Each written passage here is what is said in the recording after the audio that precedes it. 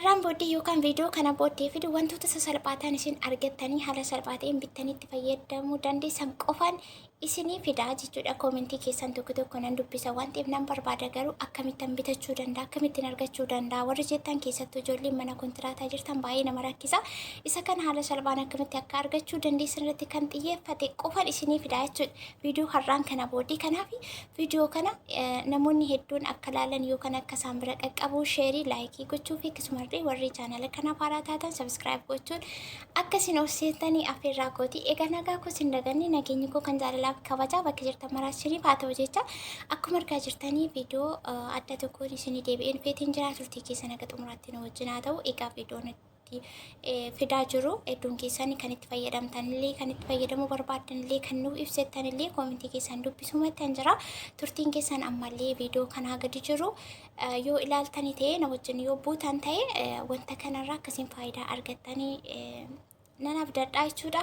Akkuma sirraa argaa jirtan egaa ariifachaa jarjaraatiin dubbadha. Sababni isaa yoo madaam qimamii yookaan immoo qimamii mana madaamii keessaa waan ta'eef waan baay'eetu na eeggachaa jira jechuudha. Viidiyoo garuu jalqabaa xumuraatti daawwachuun sin fayyada hidheetiin yaada akka kootti maaliif hedduun keessan jidduutti kukkutaniitu kana maal jettee sana maal jettee jettu yeroo hundumaa wanta itti fayyadamu kun otoo hin miicin dura jechuudha. Waanuma kamiyyuu kan itti fayyadamu otoo hin miicin dura fayyadamee daqiiqaa 30 sa'aatii tokko ofirra tursee booda wanta miicuu jechuudha kan itti fayyadamu.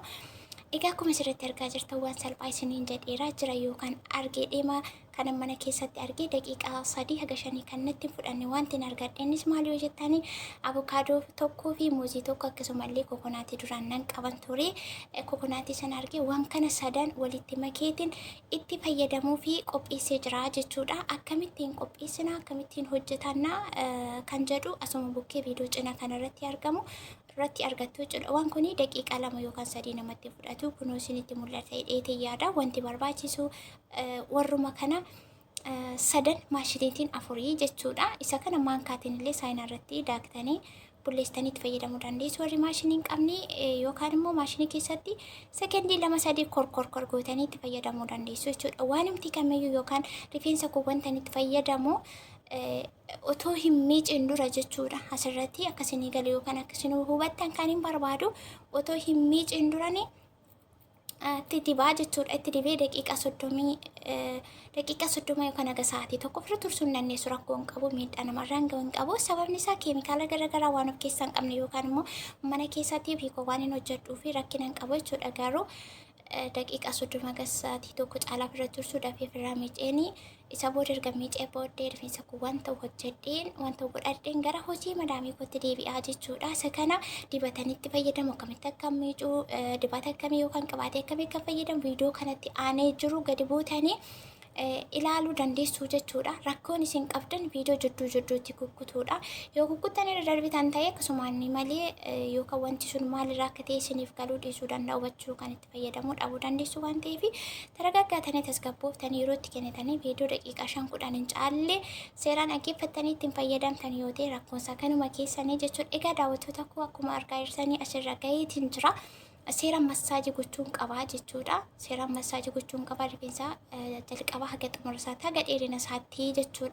Isinillee akkasuma warri rifeensa dheeraa qabdanis gabaabaa qabdanis akkasuma warri gaaffii garaagaraa na gaafattan talbaa akkamitti bitachuu dandeenya mana kontiraataa keessa jira maal jettan akkamitti akka orderillee godhachuu dandeessan yookaan immoo haala salphaatiin akkamitti argachuu dandeessan fuulduratti yoo waaqayyo jedhe isinis fayyaa taane hundi keenyayyuu salphisee isiniif hin himaa jechuudha. Yoo mijate malee waa gochuus hin danda'anii murteessaan haaladha. Mana namaa keessas akka ta'e haalli tokko akka nama rakkisu sinuman beeka. Anis yeroo fedhii qabaadhee osoo hin taane sanuma keessa dhaabbadheen isinillee carraa kanatti akka fayyadamtan warri rifeensa bareedaa qabaatanii biyyaa dhuftanis itti sin jalaa badee bishaan rifeensa namarraa fixuu danda'a. Akkasuma dibata rifeensaaf ta'u hedduun keenya dhabuu dandeenya. Rakkoo yookaan chaalenjiisa kana aniyyuu dabarseen jira waan ta'eef nan hubadha jechuudha rakkoo keessan. Viidiyoon ani asirratti hojjedhu kan jalqabaa gadhumaatti daawwattan yoo ta'e waan ani jedhu kan isin galuu kan na hubattan na caqastan yoo ta'e haala salphaatiin rifeensa keessan bakka itti deeffachuu kan wal dhaannachuu ni dandeessu jechuudha. Akkasuma rifeensa caafeensaa gugguruunfamoo kan ciccitu maal goona kan jedhu koomentii barreessitu. Isa kana viidiyoo gadi aanee jiru gadi buutanii yoo ilaaltan chaanaala koo guutuu isaa yoo ilaaltanii waa'ee rifeensaati jechuudha. Kanneen hojjedhu yeroo gadi buutanii ilaaltan immoo tokko ittiin gaafa jalqabdanii ol dhuftanii isin fayyadaarraati akkasiin barumsa argattan abdiin qabaa jechuudha. Akkuma asirratti argaa jirtanii nan jarjaraa jira isiniin jedheetiin jira. Wanta kana sadanii akkuma jalqaba isiniin jedhee avukaadoo, kokonaatii fi akkasuma muuzii tokkodha kan inni itti fayyadamee jiru. Sanuman argadhe nan maaliif carraa kanatti isin fayyadamu kan jedhu fuudhee daqiiqaa 2-3 jidduutti daakee kun haala kanaatiin fixee jira jechuudha. Rifeensa guutuu isaatti dibeen jira. Dirqama masaaj gochuu qabdu. Kun saayinaan qofaatti haftee yookaan qullaatti haftee jirti. Eegasa kana feestaalitti shaffanee tursaa jechuudha. Akka kanatti walitti guduun fi hamma wayyaa tokkosotti wayyaa miicuu tokkosuun qaba. Haga wayyaa sana miicee tokkosotti akkasitti inni ta'a. Isa booddee nan miicaa jechuudha.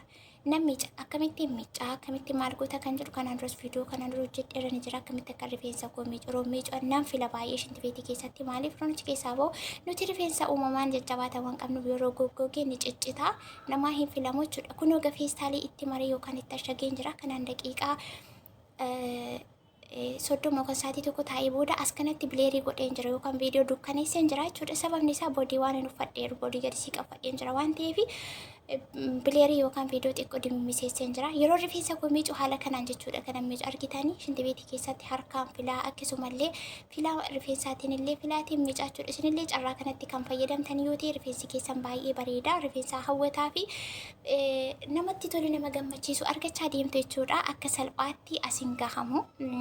Chaalenjii keessa dabartan obsaan wanta rifeensaaf jedhamee gorfamee kan itti fayyadamtan yoo ta'e yeroo gabaabaa keessatti rifeensi keessan akka jijjiiramu akka dheeratuu fi akka isin gammadaniin yaada koo isinii qoodaa jechuudha. Kunoo akkumatti argaa jirtanii haala kana shintibeetii keessatti filaati jechuudha. Kana rifeensa koo miicuu yeroo miicu akka kanaattidha. Yeroo biraammoo sirriitti ifa akkasii ta'e akkasii galuutti shaamboo akkanitti fayyadamu isinitti agarsiisaa jechuudha. Viidiyoon ani har'aaf qabadhee dhufee kunoo kana fakkaata. Egaa warri na wajjin jirtan sabiskiraayib warri gochaa jirtan baay'ee tokko galatooma. Galata guddaa na biraa qabdu daawwattoota koo. Viidiyoo birootiin haga walitti deebinutti viidiyoo kana laayikii sheerii laayikii gochuu qabdu. Wal jajjabeessuu qabdu. Akkasumas illee chaanaala banattanii waan beektan irraa hiriyoota keessan lammii keessaniif sheerii godhaa kan jedhu dhaamsa kooti. Egaa sadarkaa kanarra geetiin jira. Viidiyoo biraatiin haga walitti deebinutti lafa jirtanitti fayyaa nagaa ta'aa jecha. Viidiyoon kun namoota hedduu biraan akka qaqqabu namoota hedduunis akka ilaalan akka itti fayyadaman akkasumallee viidiyoo biraatiin kan isin fayyadu kan isiniif ta'u haala salphaan bittanii kan itti fayyadamtanii fi mana keessattis immoo qopheeffachuu dandeessan irratti kan xiyyeeffatuun isiniif qabadhee dhufaa jechuudha. Nagaatti tura.